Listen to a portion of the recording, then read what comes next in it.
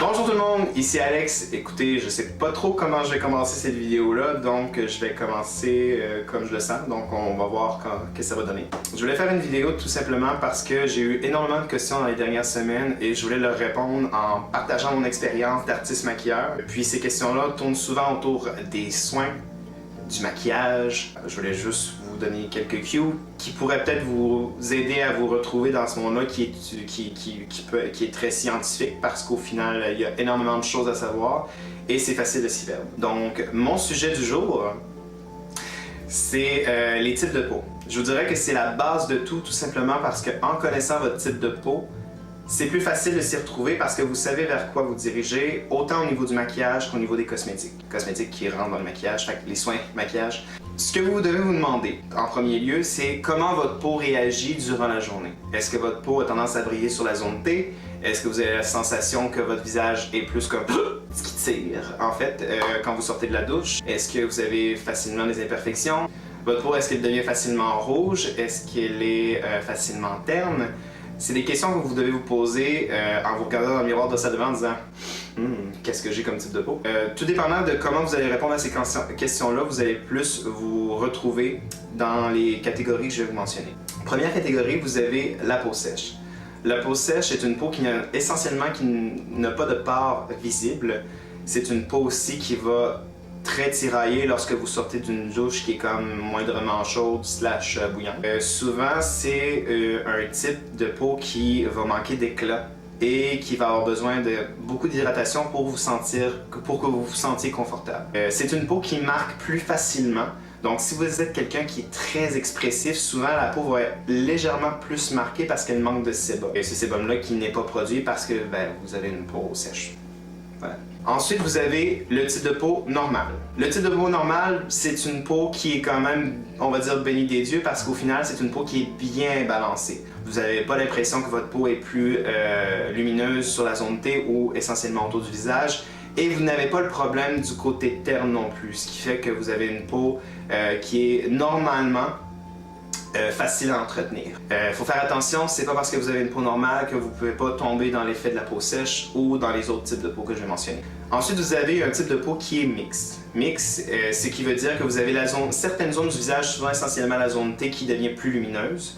Et le reste du visage tombe soit dans le côté normal ou soit dans le côté sec. C'est simplement une type de peau qui va être un petit peu plus, j'ai pas envie de dire exigeante, mais qui va demander certains soins plus particuliers parce que vous devez travailler deux différentes zones. Souvent, les peaux mixtes vont vouloir un peu plus se repoudrer ou enlever le sébum de leur nez ou de leur front pour que tout soit un peu plus équilibré, mais qui vont sentir des fois peut-être des tiraillements autour du visage. Je me touche le cou, je sais même pas pourquoi. Puis vous avez aussi le type de peau qui est peau grasse. Les peaux grasses, souvent, ont besoin de s'éponger ou de s'enlever le côté sébum.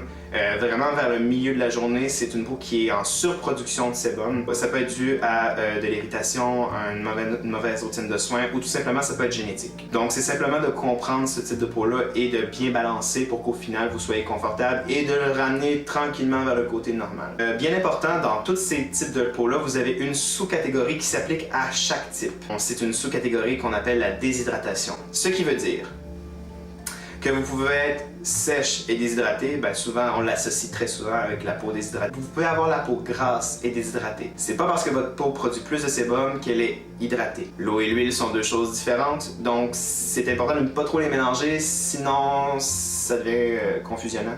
Confus. Ça devient confus. Donc, cette catégorie-là peut être due à une mauvaise utilisation de certains soins, encore une fois, des douches beaucoup trop chaudes, un manque d'hydratation, donc un mauvais choix de crème, tout simplement un manque d'eau. Certaines personnes peuvent vous dire « dis-moi ce que vous mangez et je vais dire comment votre peau réagit ». C'est le cas. C'est le cas si vous ne buvez pas assez d'eau. Ça va avoir une répercussion directement sur l'apparence de votre peau en général. Ce qu'il faut retenir, c'est que, je dis ça très grossièrement parce que je peux l'aborder dans une autre vidéo, c'est que le type de peau sèche va demander essentiellement des produits un petit peu plus riches, un petit peu plus doux, même au niveau de l'exfoliation. Ça prend quand même une bonne exfoliation au niveau de la peau sèche malgré tout, parce que ça va retirer les petites peaux mortes superficielles et ça va garder un côté plus efficace au niveau des soins pour l'absorption. Il faut juste y aller un petit peu plus doucement. La peau normale, personnellement, vous pouvez vous amuser dans la routine de soins sans problème, tout simplement parce que vous êtes un type de peau qui est balancé. Il faut tout simplement garder en tête qu'il ne faut pas déséquilibrer votre peau parce qu'au final, vous pouvez tout simplement vous ramasser encore une fois avec la peau grasse ou la peau sèche et déshydratée très facilement. Pour ce qui est des peaux mixtes et peau grasse, simplement de garder l'équilibre entre l'hydratation et le côté mat. Parce que d'expérience, je sais que beaucoup de monde se croit gras alors qu'ils ont juste chaud ou qu'ils ont terminé leur journée, ce qui est très normal. C'est pas parce que vous êtes allé au gym et que vous avez fini votre journée, que vous brillez un peu du front, que vous avez la peau grasse. Ça, c'est quelque chose que j'ai entendu énormément dans mon expérience de maquilleur et souvent, ça amène beaucoup de problèmes. Donc, si vous avez la peau réellement grasse et mixte, sachez que l'hydratation est vraiment importante parce que ça va aussi vous aider à diminuer la surproduction de sébum. La peau est pas folle au final. Si vous l'agressez, elle va surproduire du sébum parce que le sébum est la protection de la peau.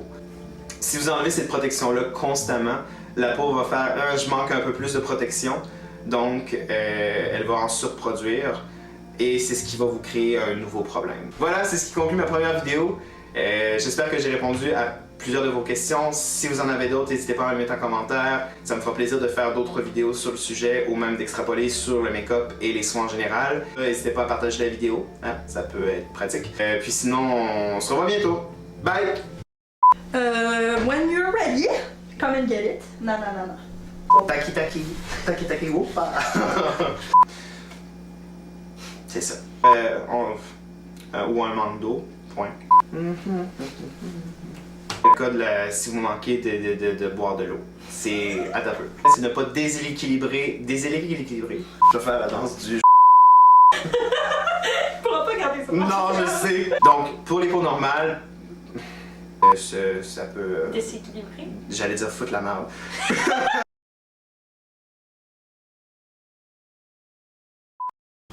Ça fait de la merde.